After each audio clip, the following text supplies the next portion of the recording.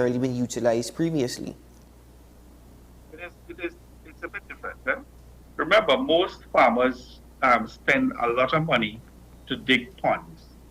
So the ponds will be filled with water for the dry season. But remember, this is not a normal dry season situation we're in. So we were expecting, as every farmer was expecting to have rain and even floods at this time. But the thing about it is the weather pattern has changed, and we now have to deal with a different situation where the ponding that they dug, and remember, farmers do this on their own. They do this on their own. They spend thousands of dollars to dig these ponds for water storage. What is happening because of the excessive heat that we are having? The water is drying up because of evaporation and also because of the farmers having to water their plants. But what is basically the problem is because there is no infiltration of new waters, you would find that there will be some new strains of bacteria until the rains come, like we have had for the last couple of days, and you will find that this now will help decrease that sort of a bacteria that we are talking about. So the farmers don't have to find another type of chemical to react on that bacteria that they're getting now. Mm-hmm. But I also want you to remember that the water itself, right, will filter itself into the soil. But what farmers have been complaining about is that they are watering their plants, and when they check deep inside the soil, it's only the top layer, just the top soil, very, maybe 1 inch of topsoil that is being saturated with the water they are watering. Mm-hmm. Now, in regards to dredging and ponding, as you've mentioned, is this also an issue that, as you said, farmers are having to do it on their own? But what about the Water and Sewage Authority? Are there issues there associated with WASA and farmers dredging and ponding on their own accord? Well, very early last year, we met with a team from WASA. And, you would notice this year, WASA is working with farmers. They have been working with us during the dry season, and they are continuing to work with us. We met with them. We had several community meetings with different areas, and we made sure that, one, WASA will not be taking, farmers' pumps because of the fact that, it's illegal and they have to have a special permit, water retention permits. So we have talked to them about that. They are working with us, I'm happy to say. Further than that, most places where farms are, where people planting gardens, there is no water connection. There's no connectivity because of how far they are inside. So farmers really do have to take the precautions to have ponding going on. How many, and specific to your organization, because there are other farming associations in TNT, and we can't get all that information this morning, but there are a lot of tax-free incentives given to the agricultural sector. There have been notes that a lot of farmers cannot access such because they're not registered, and there are a lot of issues with the registration process as well to get land tenure. Has that proven a challenge over the last year, though there have been promises to try and deal with this situation? Well, I want to make it absolutely clear. Right at this point in time, we are not really having much problems with the Ministry of Agriculture to get our farmers' badges for our members. I'll be honest, it's working pretty good for us. As a matter of fact, in the Caroni area, we have about 8,000 farmers who, at this point in time, the majority would be registered farmers who actually have farmers' badges. And apart from that, a lot of people, you talked about land tenure there, and that's a major issue. In the Caroni area, where the 2-acre parcels of property were given to farmers, a lot of the land tenure is not in place. It is not proper. Some people have their properties handed down from parents to siblings, their leases expired, And these things are in a work in progress with the ministry and that kind of thing. So we were able to talk to the ministry, and we have revived in that area the 1-year temporary farmers badges for some of these farmers. They are now able to use those farmers badges to get some of the subsidies back on vehicles and equipment and that kind of thing. So most of the farmers are getting help. But to get that help, what has to happen is that the farmers have to depend on groups like ourselves, the Stills Farmer Support Group, to come into our office to help them resolve that problem. That is the link that we didn't have. Now we have it, so the farmers are benefiting from that. And as you said, just to clarify, the access to such incentives, such as the subsidies of which you've mentioned, that too has seen some improvement. It has seen some improvement, but not in the way that we would like to see it done. Now, I just want to make it very clear. The process to get these subsidies is where we have a challenge as farmers. And that is the problem.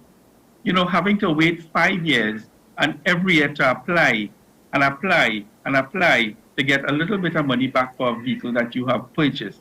But it can be done at the source. If a farmer buys a vehicle and he has to get the purchase tax off, or that incentive, he should get that at the source, and he don't have to worry every 3 years, every year for the next 3 to 5 years to keep reapplying for a little bit and a little bit. Let the person who is selling, the company who is selling the vehicle, let them get that battle done. That there are simple ways to get that done. Apart from that, the process to get 50% back on equipment, right? But you have to, as a farmer, have to go and purchase, let's say a whacker. You purchase your whacker for about $3,000-4,000. And you now have to go through the whole process of going and applying to the county office, the Ministry of Agriculture's office in the county where you have your farmers. And now that has to go through the process. I am saying that not every office or officer, right, takes the due care and attention to attend to farmers and these things. And there are farmers who waiting for years to get back their subsidies, just like the situation that is happening with when farmers are flooded out. You understand? It's a process that needs to be worked on. It's a process that farmers need to have some sort of a proper direction. And, you know, a good agricultural society should be the forerunner in this. That is my point. Mr. Maraj, is Trinidad and Tobago a good agricultural society? Of course it is. Where in the world would you get, at this time of the year, a side for $5 or, you know, 2 for $6 kind of thing? Where in the world would you get 8 pounds of cassava for $20? Trinidad produces over 4 million pounds of sweet potatoes annually.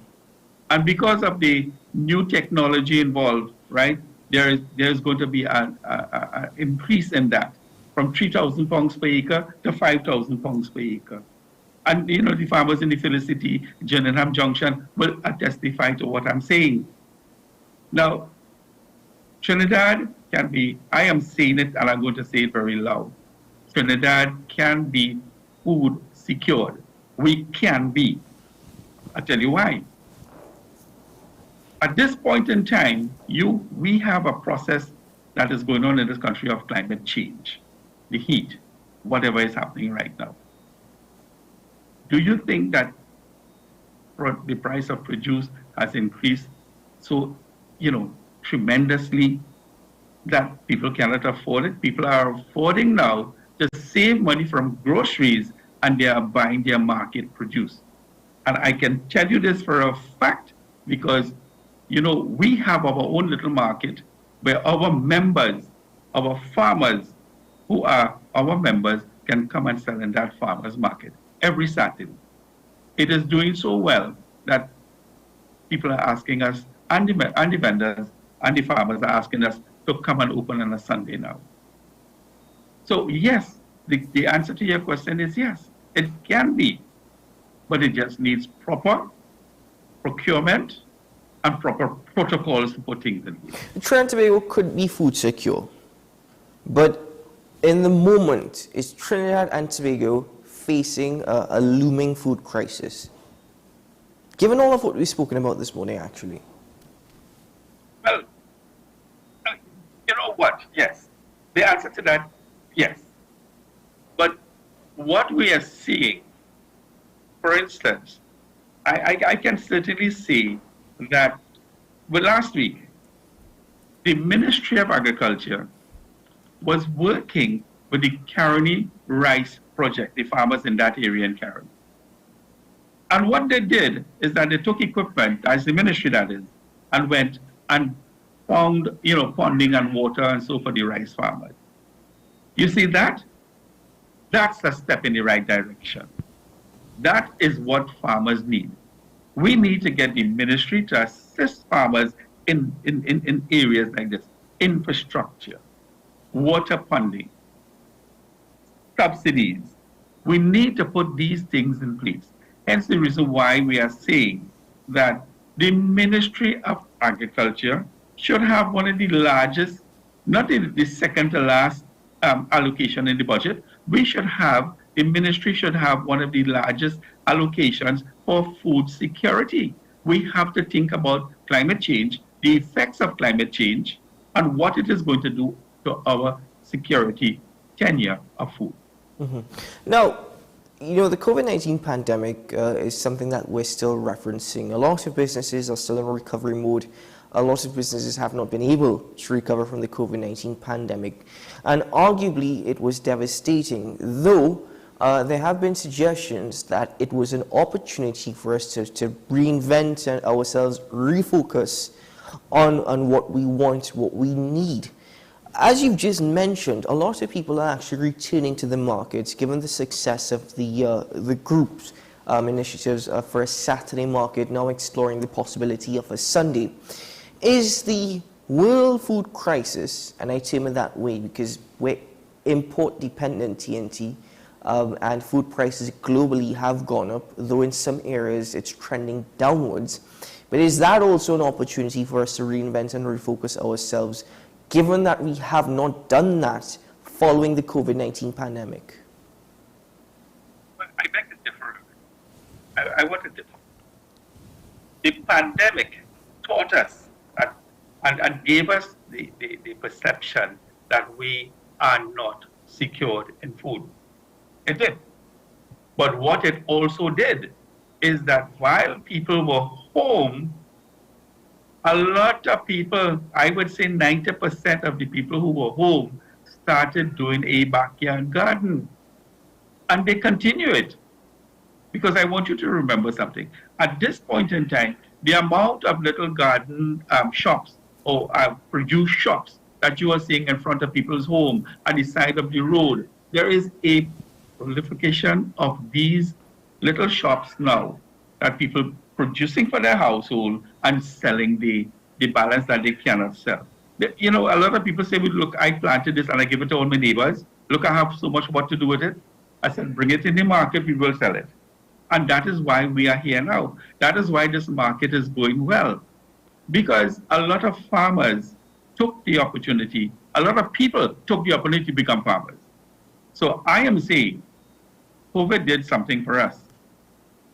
But what we didn't take advantage of is to make sure that these people who are planting now, whether it's a backyard, whether it's for them, their families, themselves, they must be taken to the next level. That is my argument here this morning. But taking it to the next level will also require TNT and Trinbagonians on a whole to obviously change their palate as well. Again, sir, we have a lot of off-season products that are still available and are still very much appreciated, I suppose, as I said, off-season. You go to a supermarket, you can purchase avocados, very high prices actually, and people do purchase it. And that is one of the issues as well. We're not focusing a lot on the crops that we produce down here, the seasonal crops. We're also still very much wanting crops that are out of season that could be imported. So too, has that proven challenging for farmers in this entire climate? I'll tell you something. Yes, could be a challenge. It could be. I'll tell you why. The price makes it out of the pockets, out of the reach of the pockets of the layman, and the person who has to buy. That is the problem. But you see, I'll tell you something. If you look at what is happening now, right? Avocados, you mentioned avocados. Avocados are seasonal. But somewhere in the world, Mexico produces avocado all year round because of the type of avocado. That is what we need to focus on. Why it is somebody else can produce it and we can't. And then it comes in here and sells for very expensive. But the local avocado, right now, right, the small ones will sell for between $5 to $15 to $20. And you buy a normal imported avocado for $30. The point is, people will leave the imported ones to buy the local ones. Why? Because most times when you purchase the imported ones and you take it home, it is not of the best quality. What you do get when you go to the market or you go to the stall, you actually see it in front of you and you say, look, I know this product. I have been buying this product for many years. I grew up with this product. The Pollock Zabuka, the Lola Zabuka, whatever have you, right? We are producing now the Delhi tomatoes, which is taking the heat here very, very good. It is a heat-resistant tomato. It is also, there is some pest-resistant it. So these are the things that we are getting accustomed to. And you are right, the palette is changing because now we are looking at mangosteen, we are looking at rambutan, we are looking at all passion fruit. You see, taking the palette change has to go with the movement of the farmer to the next level. And that we need to discuss, the next level. Mm-hmm. Well, we have about 3 minutes left. If you'd like to expand on the next level, because part of the next level is also encouraging others to get into farming in TNT. Very correct. Now, getting people to, there are lots of calls coming out there talking about getting youth involved in agriculture. But there must be a process put in place. The ministry has to work with partners to get this done. And that's a long discussion, right? But I want to take it to the next level, farming to the next level. What we have been doing is encouraging our farmers. For instance, we have people right now who are our members producing pimentos and seasoning. We also have people producing dasheen bush. We also have people producing Karaili. And you know what we did with these? I'll tell you what we did. We asked one of our pimento farmers to invest in a hydrator. That farmer is now producing pimento flakes for the export market. That is where it has to go. So she's planting, she's selling wholesale, she's selling in the market, she's selling retail. She is also producing now a pimento flake that will now allow us to stop importing paprika or maybe reduce the amount of paprika for our people here in Trinidad and Tobago all over to use a pimento dried flake. It would last at least 2 years in your house or on the shelf. She's also doing a seasoning, right? A seasoning that has all the local ingredients in it, whether it's ginger, shadow benny, sage, celery, everything. So that is being done also. Now, I'm sure you heard about the Karaili rings. Our member, right, Go Green, they are now the ones they have started this. So instead of importing onion rings into the country, we are now producing a competitor to that. And it's called Karaili rings. Most people say, but I don't like Karaili bitter. But when they taste that, it's a totally different product. It's spicy and non-spicy. So that's another area. We have a person who is now taking dasheen bush, planting dasheen bush, and producing sahina, frozen with the batter, everything put in a package, and that person is selling that in the groceries. Mm-hmm. All you do is you put your batter, a little water, batter on your sahina fried, and that's it, done. Also, you have people producing other things, Well, of course, the pepper sauce and the seasoning and so. We have people from farming who producing chives, celery, shadow benny, everything. And they are now bottling that shadow benny. And that shadow benny sauce, the seasoning sauce, everything in bottles now, together with the pimento sauce, everything. So this is what I'm talking about. We have a farmer who is producing dragon fruit. Now, dragon fruit is a biennial, every 6 months you get dragon fruit, once a year. What we are encouraging him to do, we have applied for him to the Ministry of Trade to get a blast freezer for him, to get a new processing plant where he can produce a dragon fruit drink, a power drink, dragon fruit ice cream, dragon fruit jam, and anything to do with dragon fruit. He is going to be producing 6 items with his product of dragon fruit. Mm-hmm. So taking the farmer what they are producing to where they are going to manufacture the downstream. Mr. Miraj, we have to conclude there. Thank you very much for your time this morning and for the expansive conversation. Of course, looking forward to what is read in the budget next week, Monday, and I'm sure you are as well. So let's see what happens then, and there obviously will be a need for a follow-up conversation. But until then, sir, thank you and keep well. Thank you very much for having me. All the best. Ladies and gentlemen, let's take a break here on AM Prime, and when we return, we'll get into some more conversations this morning. We'll be right back.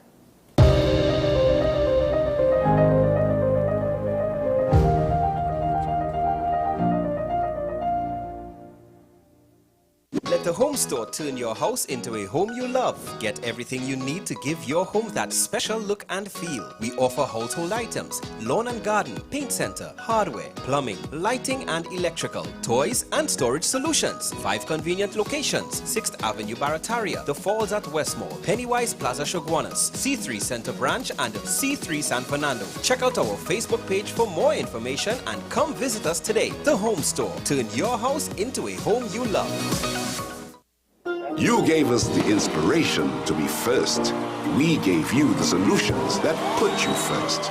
You walked with us side by side, and we continue to serve you with pride. First Citizens celebrates with you 30 years of achieving dreams, shaping success stories, and painting brighter futures together. And together, we'll accomplish so much more. First Citizens, together, 30 and beyond.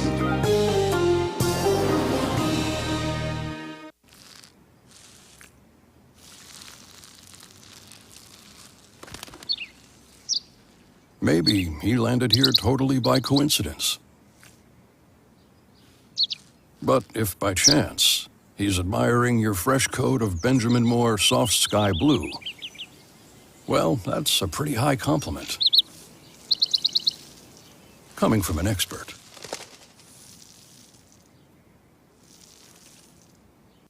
From Maracas Bay to Arafita Avenue and Piaco, Richard's Bake and Shark brings the world's most popular fish sandwich closer to you. Open daily at all our locations. FanZone, your reliable, authentic supplier, has just gotten better. You can now visit our website www.fanzonett.com for your authentic wear and collectibles. The only place where you can use both your Visa debit and credit cards. Visit our website fanzonett.com to make your purchase today.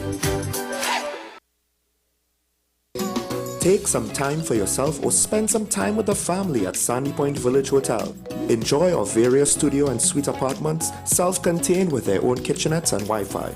We also have our famous 100-foot swimming pool and our beachfront restaurant, The Steak and Lobster Grill. And our location in Crown Point puts us near the center of activity, from the nylon pool to the local nightlife. Call us and make your reservations at 639-8533, 389-2378, or email us at sandypointvillagehotel@gmail.com. Join me, Dr. Nalini Kokram, on What's Up Doc, where we discuss all your burning questions concerning health. Trinidad and Tobago is among one of the highest risk group of patients that develop this form of genetic breast cancer. What I'd like to take home from a short interview like this, screening. You must screen. Because it's silent. It's silent. Yeah. And because it's silent, you don't know it's there. What's Up Doc, every Tuesday and Thursday on WESN, Content Capital.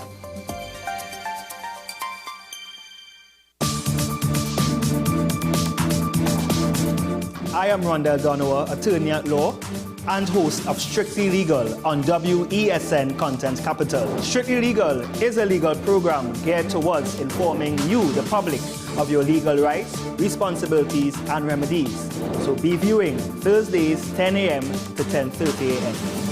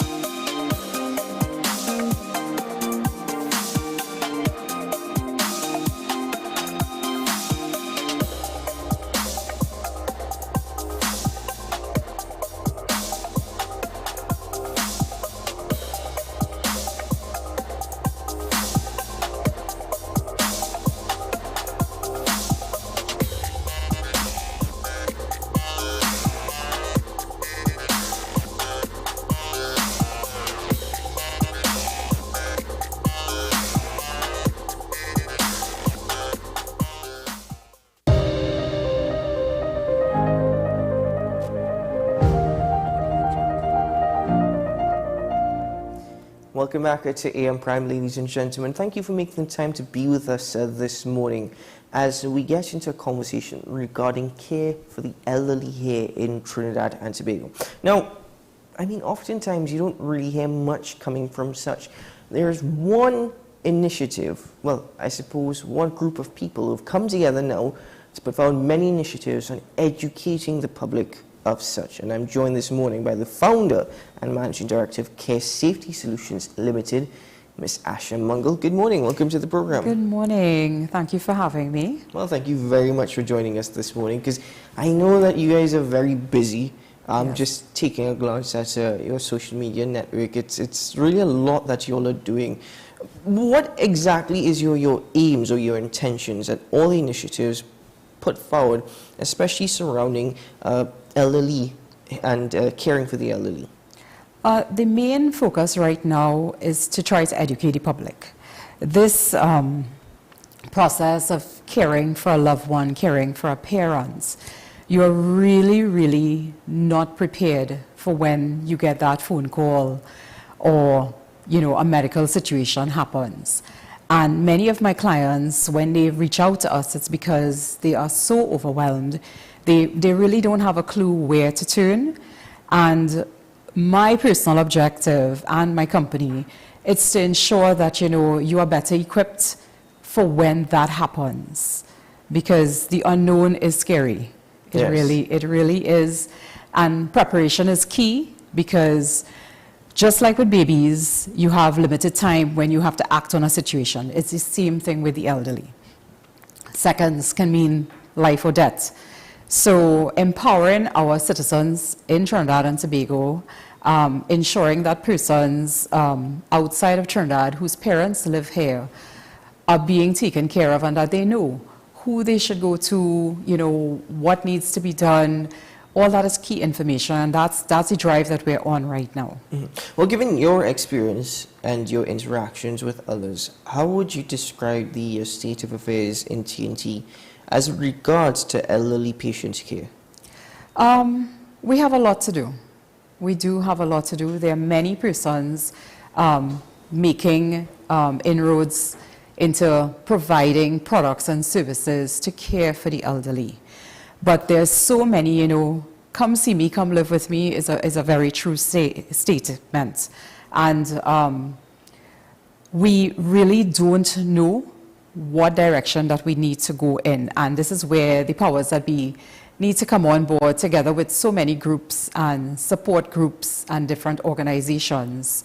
So what we are trying to do is form an alliance where we can work together, you know, simultaneously, because at the end of the day, we're looking to take care of our loved ones.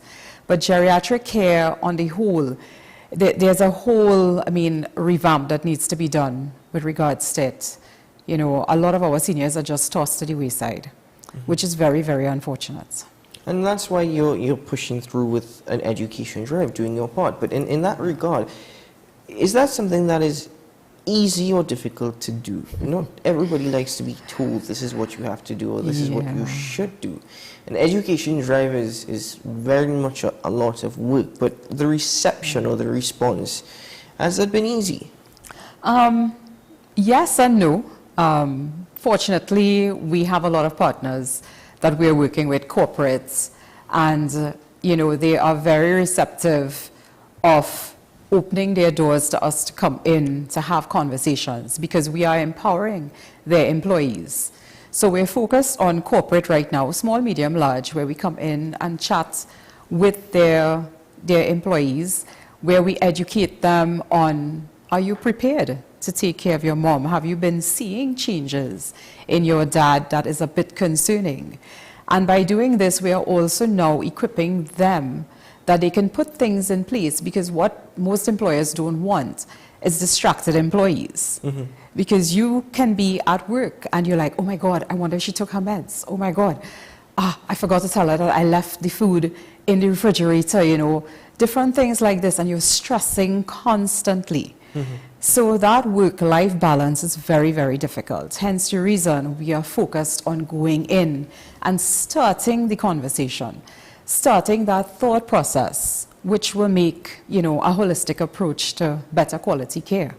Oftentimes, the response that you receive when asking that question, are you prepared, especially to those within the corporate sector, has that been one that is, you know, I never really thought of this, no, I'm not prepared? Yes and no. There's a balance, but I mean, I personally have sat from all sides. So yes, I'm the owner of a business, but I started this business because of my mom. So from the personal standpoint, I can relate too. I've also been a patient where doctors didn't know what was wrong with me, so I can relate from all sides. And you do get a pushback, but I think because it's something new and it's something different, and it is free, most important, so there's no cost. This is just us giving our time, going in to educate persons, which I think it's worth more than if I put a cost on it and they say, okay, let me pay you to do this. I will happily come in and do it for free. Because you're also pushing a knowledge caravan in your community outreach. Let's speak a bit more about that. Correct. So same thing, the knowledge caravan, again, it's about empowering. It's about giving you that information, and everything that we've been doing is tied into each other. So the caravan is we're going to start going into communities, having that one-on-one conversation where we can reach other persons outside of the corporate sector, where a lot of them are probably at the point where they are either retired or they've just been home or unemployed and having to now take care of a loved one.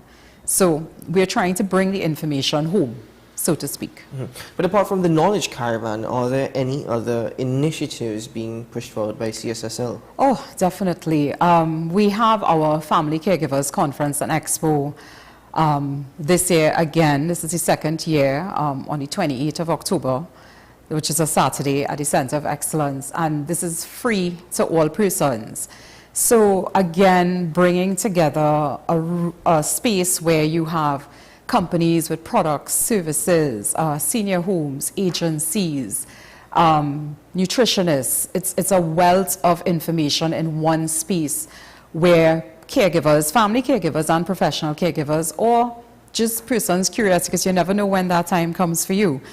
It's open to everyone to come to get the information on that day, but by extension, we are also launching our Family Caregivers Guide, which again is free to the public. And same thing, we have topics from persons who would have experienced different ailments, cancer patients, doctors talking about dementia, chronic illnesses. I mean, it's a host of information, and we also have something called the pink pages. So it's a mouthful I'm giving you right now, but the pink pages where you have a list of companies, individuals who are giving discounts, whether it's a 5%, 10%, to persons who now have our CSSL discount card, which is downloadable on our CSSL app. So, yeah, so there's a lot of, I don't want to encourage and use the word free, but because when you're caring for someone, every penny counts. Yeah. You're literally counting your cents, because you have to get Pampers, you have to get medication, you have to get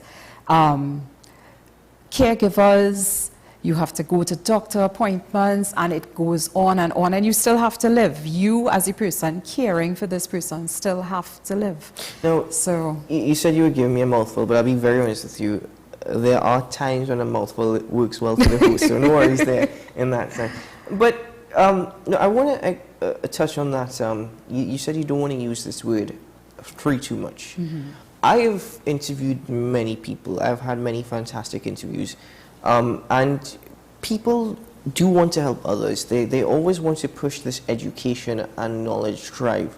And many a times it comes with a cost. Not everything is you're able to achieve just by saying it's free. You have to consider your expenses as well. But you're pushing this for everyone. You're also pushing easy access, which is commendable. But surely that has also proven to be a challenge. Yes, it is. But I think when you do things with good intentions, everything falls into place. And we have an amazing team of women in the office that I can't ask for anything more as a business owner. I come and I've been told no more ideas for this year.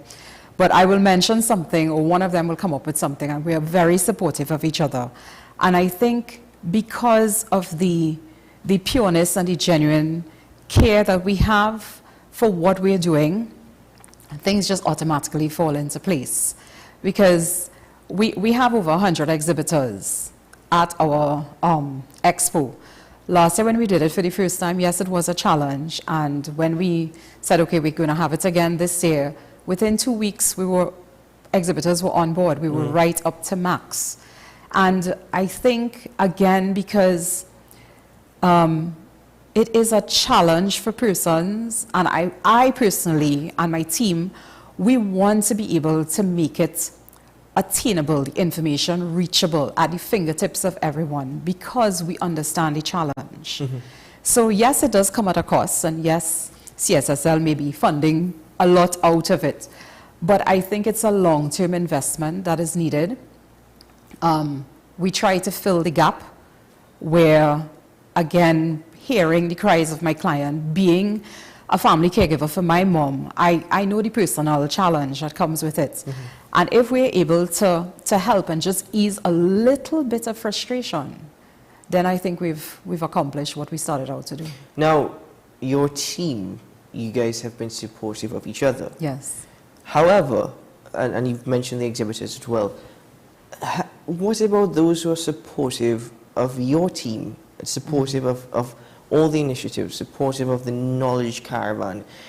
This is incredible. Again, we spoke about the state of affairs of caregiving here in TNT, elderly caregiving at the very beginning of the interview. Now pushing forward with your education drive and even the exhibition and whatnot. Has there been that support towards you and your initiative, to you and your team? Of course, of course. People are seeing the value. Corporate TNT, we do have amazing persons coming on board, because, I mean, in the Caregiver's Guide, We do have advertisements for corporate, right? So that would have supplemented some of the cost, as the case may be. This being our first year, we know that it's something new. And just like everything else, people are a little bit, let me wait and see how it turns out because, you know, we get involved or they may have had a bad experience from in the past, and that's fine. But the bigger objective, we know by the second edition, people are going to see the value. They're going to appreciate it. And then because it's a free printable, so we're going to have distributed at least about between 5,000 to 10,000 copies we're aiming at printing and just giving out for free on that same day of the expo, but at different locations as well we'll be distributing. But with the app, you are also, the magazine is in the app, you are able to download the app whether you live in Trinidad or outside. So our Trinbagodians who are trying to figure it out from so many miles away, everything is reachable and attainable by just downloading the app.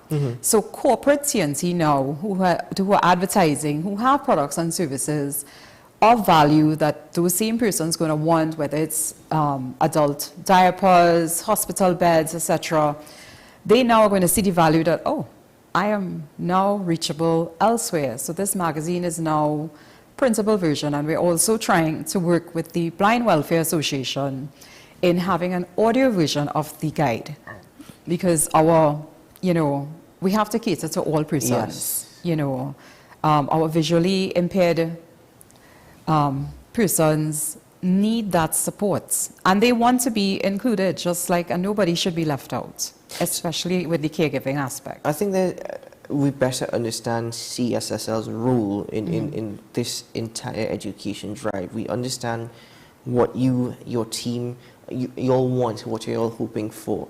But I want to just go back for a moment on something that you touched on earlier, and you spoke about both sides of the situation. You've spoken about the care that elderly people need and require. But you've also touched on something, and that is those who are giving that level of care and attention and what is required of them. And you've expanded also on every cent counts. So I'm going to touch back a bit more on your personal experience, of which you opened up a bit more and shared with us this morning in regards to your mother. Has that experience allowed you to create, I mean, because education is one thing, you have the education, Yes.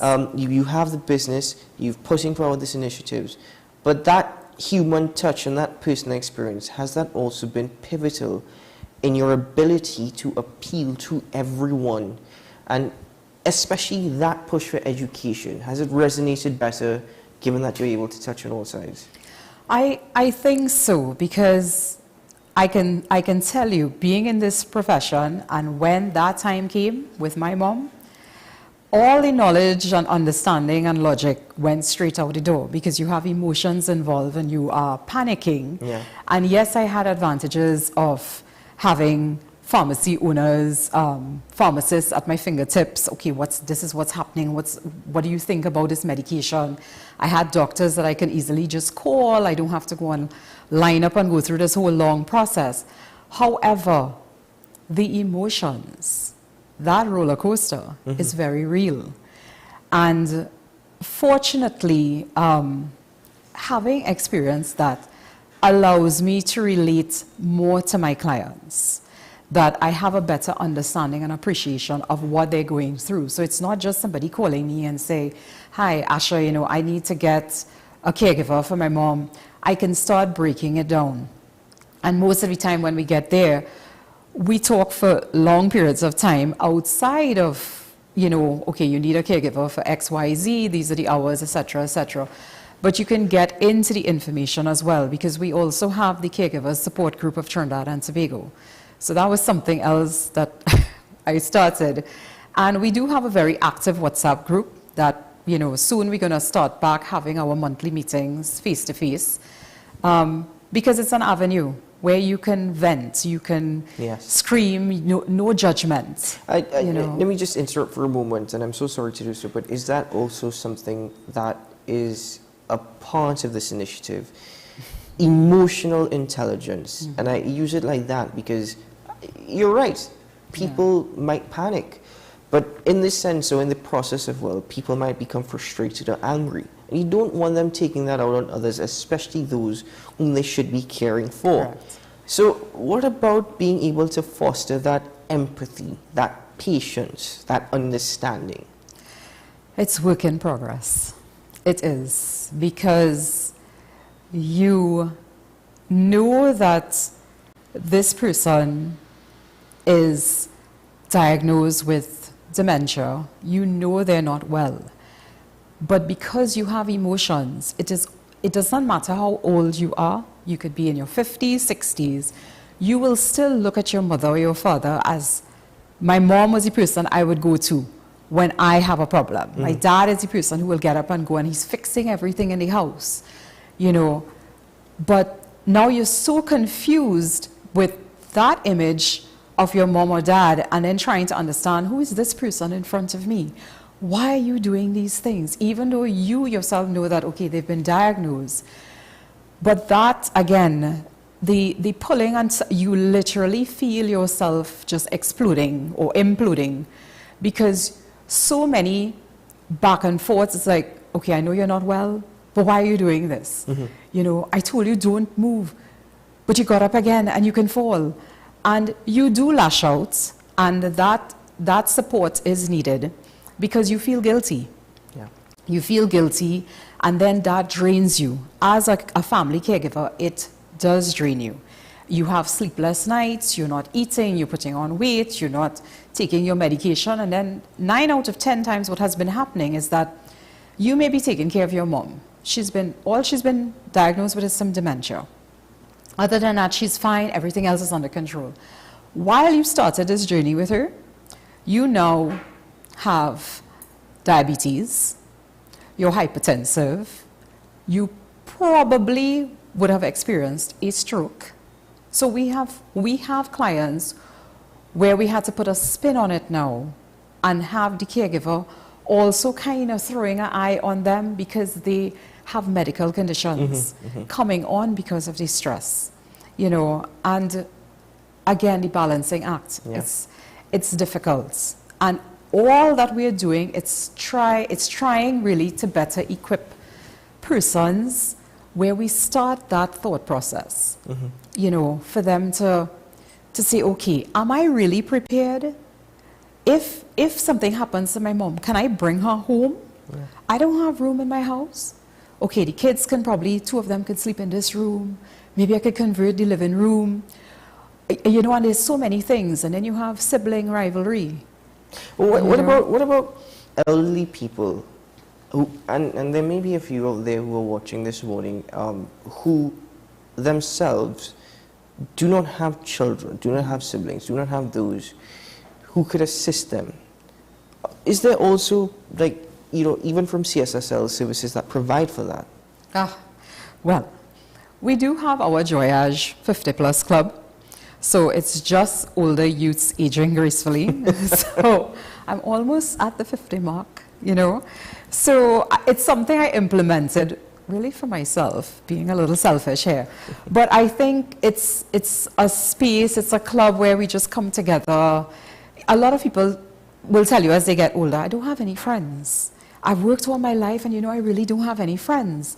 But you can have mutual people coming together to share their stories, have a laugh, you know, just enjoy quality time, you know. So we have a lot of retirees there who are just at home, and we rush to retire, and then it's like, okay, now we're home, now what? Yeah. Right?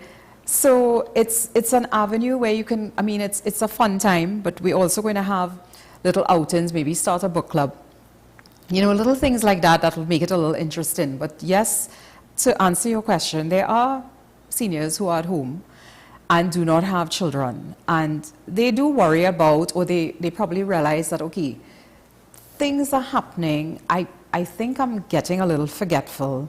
I find my balance is a little bit off. It's a conversation to have with your doctor. I mean, regular physical checkups are important as we get older. But it's also good, I mean, persons reach out to me. I do have seniors who will call and have the same conversation. and they worry, and they may not have even a niece or a nephew who will take care of them.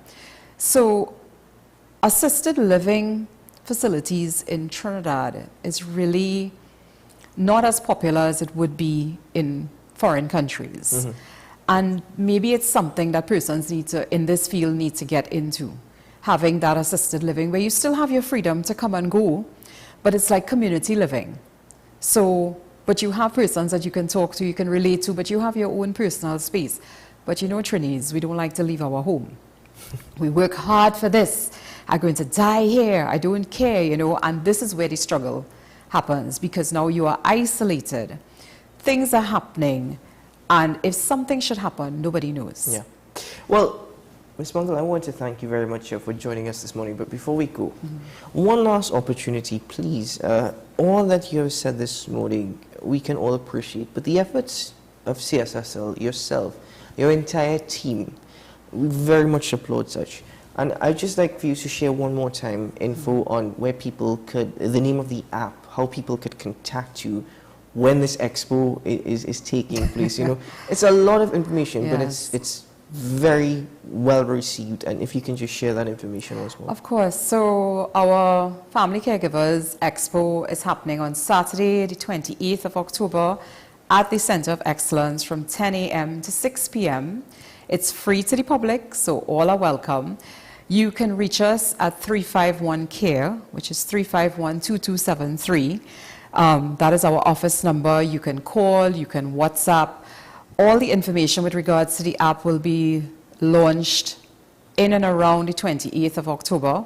So all details, we're going to have persons there on that day showing you, helping you to download the app. So everything is going to be launched on our social media platforms later into October. But for the meantime, they can reach us at 351-2273. Wonderful. Well, thank you very much so much for joining me this morning. It's been a pleasure. Very welcome. Thank you very much for having me. Certainly is a pleasure of mine as well. And, well, to you and to the entire team, and for all that you're doing, well done, and thank you very much. All the very best to you guys. Appreciate it. Have a good one. You too. Ladies and gentlemen, we're going to take a break here on AM Prime, and when we return, we'll get into the last conversations this morning. We'll be right back.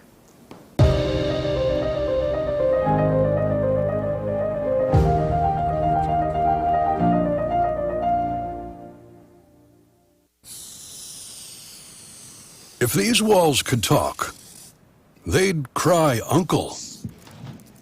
They didn't plan to become offices or yoga studios. But they've stood by us, even when we got a little stir-crazy. For that, they deserve some thanks. They deserve Benjamin Moore. From Maracas Bay to Arafita Avenue and Piaco, Richard's Bake and Shark brings the world's most popular fish sandwich closer to you. Open daily at all our locations. Let the home store turn your house into a home you love. Get everything you need to give your home that special look and feel. We offer household items, lawn and garden, paint center, hardware, plumbing, lighting and electrical, toys and storage solutions. 5 convenient locations: 6th Avenue Barataria, The Falls at Westmore, Pennywise Plaza Shoguanas, C3 Center Branch and C3 San Fernando. Check out our Facebook page for more information and come visit us today. The Home Store. Turn your house into a home you love. You gave us the inspiration to be first. We gave you the solutions that put you first.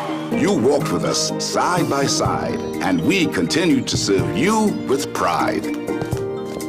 First Citizen celebrates with you 30 years of achieving dreams, shaping success stories, and painting brighter futures together. And together, we'll accomplish so much more.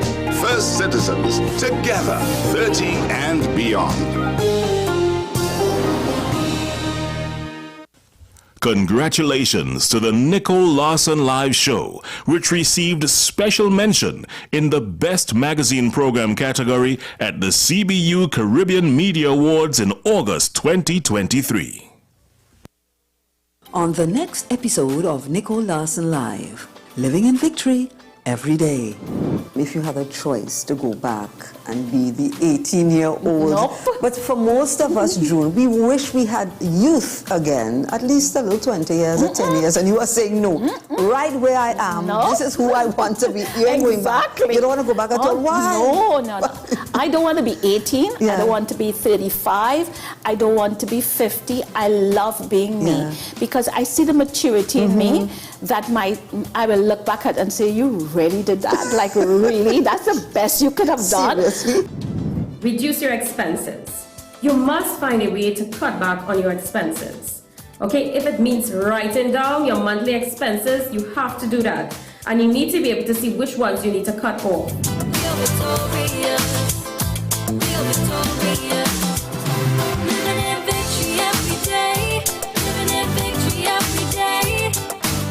An encore of Nicole Lawson Live, living in victory every day. Every Sunday at 8 p.m. and Wednesday at 4:30 p.m. on WESN. My name is Carl Media. I'm the founder and the host of Ever Increasing Voice Ministries. Join me every Saturday and Sunday on WESN, this powerful station, at 9 a.m. on Saturdays, 1 p.m. and 7 p.m. nightly. Also on Sundays, I'll be on at 7 a.m., 1 p.m. and 7 p.m. at night time. When you come here, we are getting people heavenly ready. Join me, Sule A. Joseph, as I delve into the day-to-day psychological issues plaguing our society. We will discuss behaviors that encompass the biological influences, social pressures, and environmental factors that affect how you think, act, and feel. Site, Thursdays at 11:30 a.m., only on WESN, Content Capital.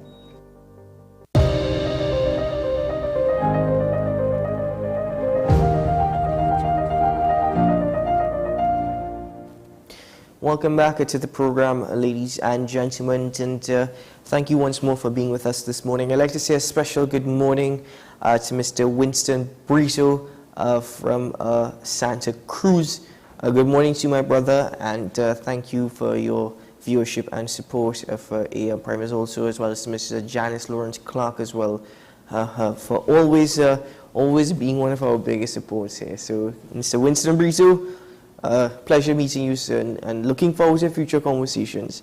But anyway, ladies and gentlemen, we're going to get into some regional updates in a moment, but I just wanted to speak very quickly about a couple of news stories, two in particular. And the first one is on the news of almost every single major news outlet this morning, and it's in regards to a 5-year-old who got into difficulties at a water park, specifically in a pool on the weekend. Damari Jeffrey died at the San Fernando General Hospital while receiving treatment. He had gone with his mother, Anika George, and his 9-year-old brother to a water park in Davie on Sunday to celebrate his cousin's 2nd birthday. Now, according to the family, there were pool attendants on duty, but relatives are still questioning why no lifeguards are employed by the water park, since they believe that had this been the case, little Damari could have been saved. Now, not much details. They couldn't say exactly who was in the pool with Damari or what happened in the pool. And then also saying that, quoting from one of the individuals, it had a set of big people there with him. It had parents, mothers, and the children. Everybody was there with him. Cannot actually say because there was more than one person there. So I don't know if he stepped away and fell into the pool, or if he stepped away to go with his cousins to the pool because it's boys. But let me just, condolences to the family. The loss of a child is a tragedy that words, no matter what you say, it will never help a situation. It's extremely sad to having to report on such and having to learn of such. It's ridiculously heartbreaking, to say the least. Now, 2 quick points. One, any water park in TNT, any water park, or not even a water park, any pool in Trinidad and Tobago, which the public is privy to, should always have lifeguards on duty. Simple. No other questions asked, nothing else has to be said. If you are taking the responsibility to operate any water facility that is open to the public, there should always be lifeguards. Now, I know some out there might be saying this morning, well, you know, even public beaches across Trinidad and Tobago don't always have lifeguards. I understand, I hear what you're saying, and that's a whole issue, but that's a separate issue. This is a privately operated enterprise that they should always have that. That should be stipulated. And whether or not it's actually stipulated, it now makes me question the regulations associated with these facilities. That's one. That is totally irresponsible if that is indeed the case associated with this particular water park. I'm sure we will get more details, at least I hope we get more details in days to come. But apart from that, this is a 5-year-old boy at a water park. Responsibility lays on the adults who took him there, as well as the adults or the family members present at the time. You can't simply say, well, I don't know if he just stepped away because it's boys. That's irresponsible. That's absolutely irresponsible to say. Now, people might say, Keaton, you're being harsh. This family's going through a lot. They're grieving after their loss. And I completely understand. That's why I said my condolences to them. I genuinely feel for them. But again, you have a child, a 5-year-old child, you're taking to a water park. You as an adult, you must be absolutely responsible for your children. Sure, you want to enjoy yourself and have a good time and be a part of the celebrations, but your priority is always your children. At least it should be. At least it should be. So for us to blame the water park as sole bearer of responsibilities in this particular situation, I would disagree. They hold a large part of the responsibility, but a large part of this also falls on the adults and the parents who were present. A large part of it. No child of that age should be allowed to enter a pool without the supervision of an adult or without the supervision of a parent and without a life jacket. Simple. Really sad story, very much upsetting as to what has transpired, but honestly speaking, ladies and gentlemen, this is all part of an ongoing problem here in TNT. Responsibility and maturity, especially when it comes to dealing with children. And a lot of parents need to take responsibility now for what is taking place when it comes to our kids here in the nation. A lot of parents are immature and irresponsible themselves. But nevertheless, may he rest in peace, and again, my condolences to the family on such a tragic loss. Anyway, moving on to another story, this one focusing a lot more on crime, of course. Acting Deputy Commissioner of Police Kurt Simon is calling on citizens to be measured in their response to criminals, particularly those citizens who are firearm user licenses holders. Simon said force used by citizens to defend themselves must be on par with the attack against them. He also condemned vigilante justice. Well, he also said the response should not be greater than the threat itself, and that the threat must also not be perceived but real. Now to Acting Deputy Commissioner of Police Kurt Simon, I understand what you're saying, right? But let's just take a look at reality for one moment. People are absolutely fed up and frustrated, right? Mental health is one thing here in TNT, but the ability now to actually, how am I in that moment, in me wanting to defend myself, given all that is taking place here in TNT and all the frustrations associated with criminal activity in TNT, in that very moment, am I able to say, this is a measured response, and the attack, my response to defending myself should be equal to the attack? You see, the thing is, I could understand the police service wanting to educate the population. I could totally understand that. But a man so Mrs. Castle, he's going to defend it at any cost. Criminals here in TNT have gotten away for so long. Criminals here in Trinidad and Tobago are just, honestly, they're the ones that are living with absolutely no fear. What they have to be fearful of? What do criminals in TNT have to be fearful of? They don't care. Every law-abiding citizen is on edge. And it's absolutely frustrating. Vigilante justice, we knew this was going to happen on a different platform. A colleague of mine always spoke that vigilante justice is going to happen. It's going to be a part of the entire story when it comes to crime fighting here in Trinidad and Tobago.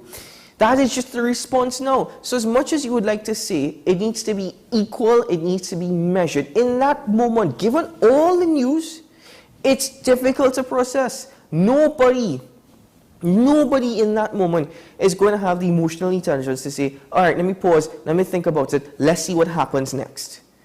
So to the Acting Deputy Commissioner of Police, educating the public, yes, that's all well and good. But how much is the Trinidad and Tobago Police Service part of the reality? How much are they actually aware of what's taking place? How much of it are they actually facing? Facing flack from the public, yes, because the public is absolutely frustrated and will always be like the police. But, I mean, the response to crime here in TNT, citizens have the feeling and are now of the opinion that those in authority are not doing what they should be doing. So therefore, when it comes to my home, when it comes to my family, when it comes to my property, I'm going to do all that is necessary to defend myself. It's very much frustrating sometimes in investigations. Well, you don't get updates on investigations. So when you have so many questions surrounding what's taking place here, we're working on it currently. A team is still on it, and we're near the end of the investigation. How many times have you heard that? All that is part of the problem. Huh? So as much as you're advising citizens, I would just say maybe the TTPS needs to do more reflection of itself, its services it offers to the public. I support the TTPS. Sir. I support any law-abiding organization. Well, some people might actually find it rather humorous I've said those two things in that same line. But anyway, let's move on now to some regional updates. Enough of me rambling this morning. I have to sometimes let out some steam, ladies and gentlemen. Sure you do as well.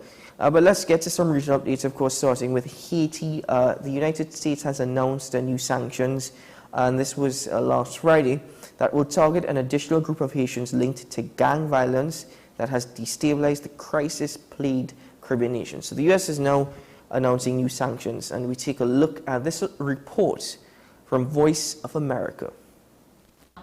In an exclusive interview with VOA Friday, Barbara Feinstein, the U.S. Deputy Assistant Secretary of State for Caribbean Affairs and Haiti, announced new sanctions targeting Haitians responsible for destabilization of the country.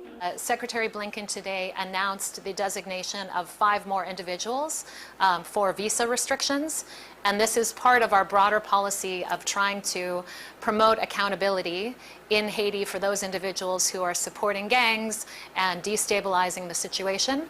In the meantime, in his speech before the UN General Assembly on Friday, Haitian Prime Minister Ariel Henry repeated his urgent appeal for a multinational force to help Haiti's national police combat gang violence.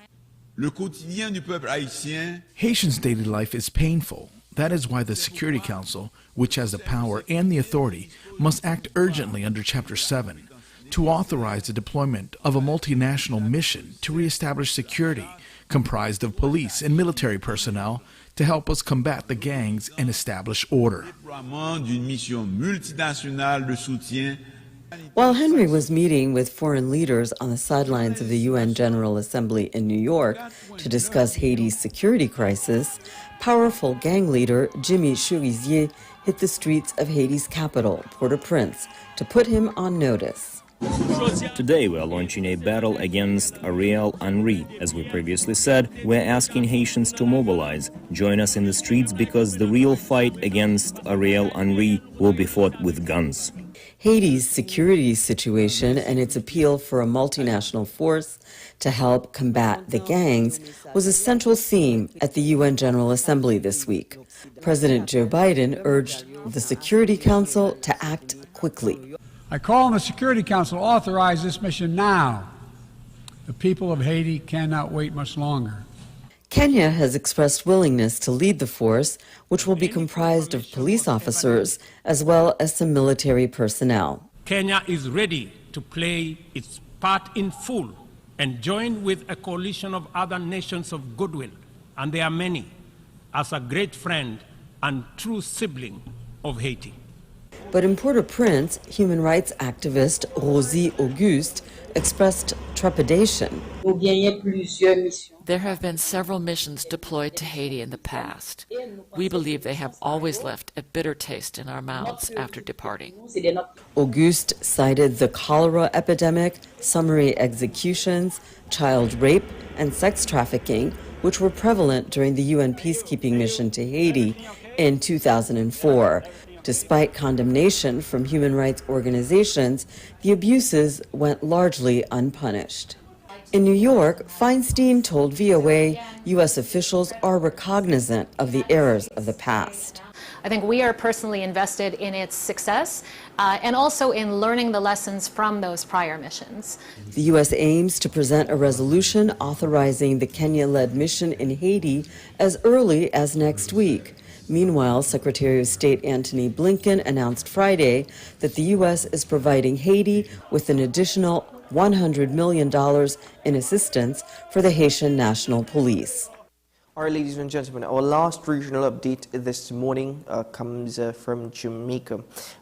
There is caution against opposition leader Mark Golding's proposal to double the income tax threshold. Mr. Golding, who was addressing the People's National Party's 85th annual conference on Sunday, proposed the income tax threshold to be doubled from 1.5 million Jamaican dollars to 3 million Jamaican dollars.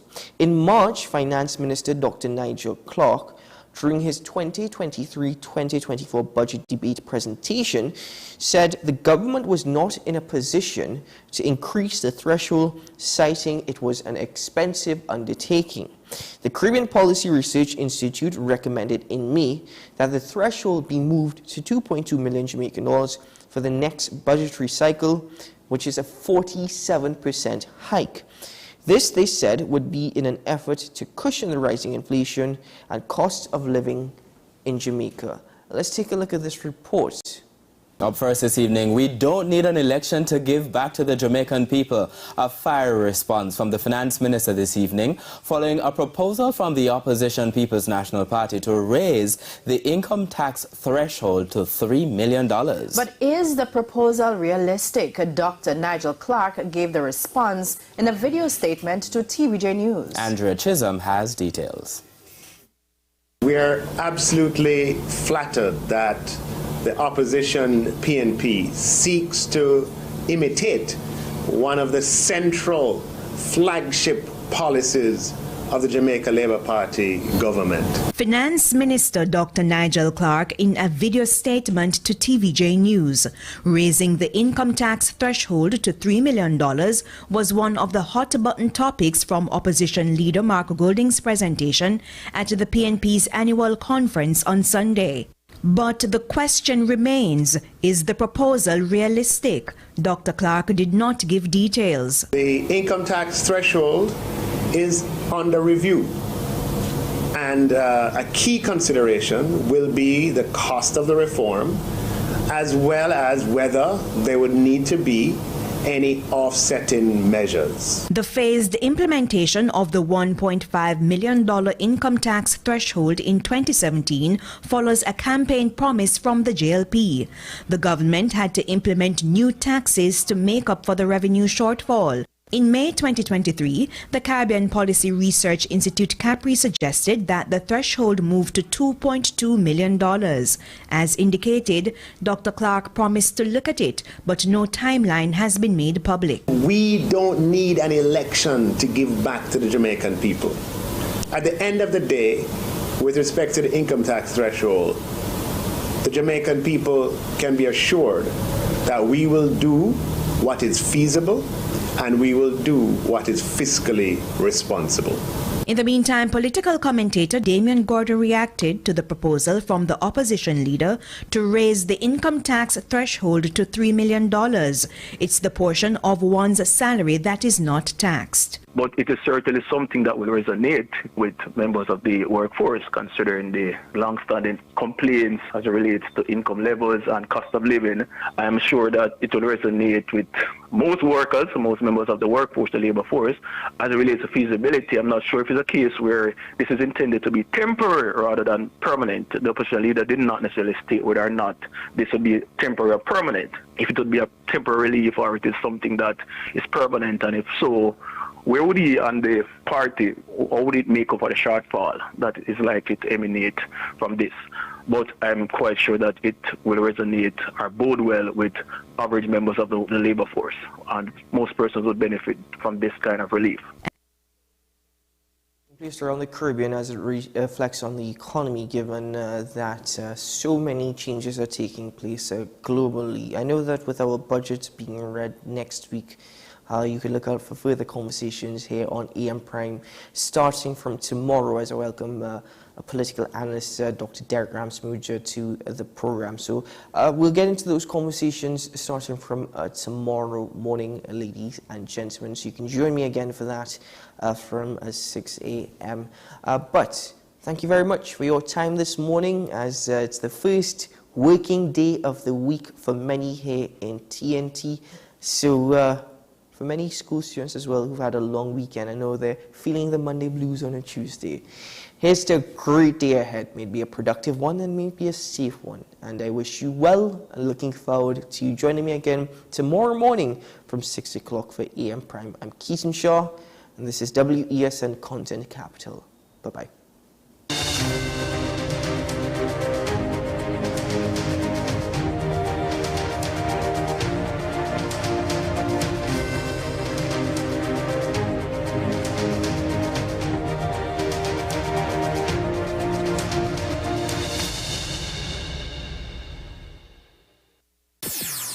WESN.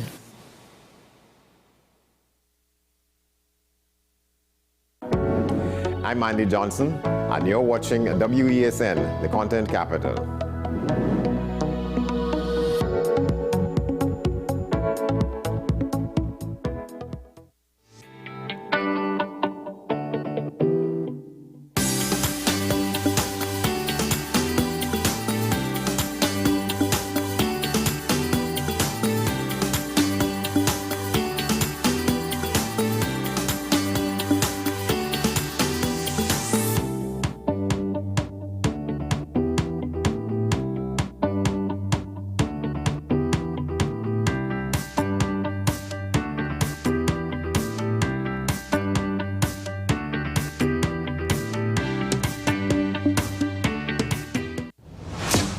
Is it politics? What is it? Is it that nobody cares about sports? The kind of support that sport used to get in the past is no longer here. The thing is, taking a knee doesn't mean that that's the only thing you're doing now, Andy. Right. Taking a knee along with other stuff. Samantha, what are you looking forward to when you return home to Trinidad and Tobago after winning the title? Thank you very much for speaking it into existence. Is there no pressure on Nicholas Ball? It makes me more motivated to work hard and to go out there and rep the red, white and black. Why are we sending a team to the Winter Olympics? There are a number of Trinbagonians who are in the diaspora and have grown up in winter sport. It's an opportunity that the Trinidad and Tobago Olympic Committee will not close the door on. I also believe in the players that we have. Once you can motivate the players, you can get the best out of them. My name is Carl Media, and I'm the founder and the host of Ever Increasing Voice Ministries. Join me every Saturday and Sunday on WESN, this powerful station, at 9 a.m. on Saturdays, 1 p.m. and 7 p.m. nightly. Also on Sundays, I'll be on at 7 a.m., 1 p.m. and 7 p.m. at night time. When you come here, we are getting people heavenly ready. The issue, the continued rise in the price of flour and its impact on the cost of living in Trinidad and Tobago. How should we go about it? I want to ask you, what has been revealed to you about the state of vulnerability in the country because of this exercise and because of what we're going through? Is the government losing the war on the vaccine front? The discussion should revolve around the common good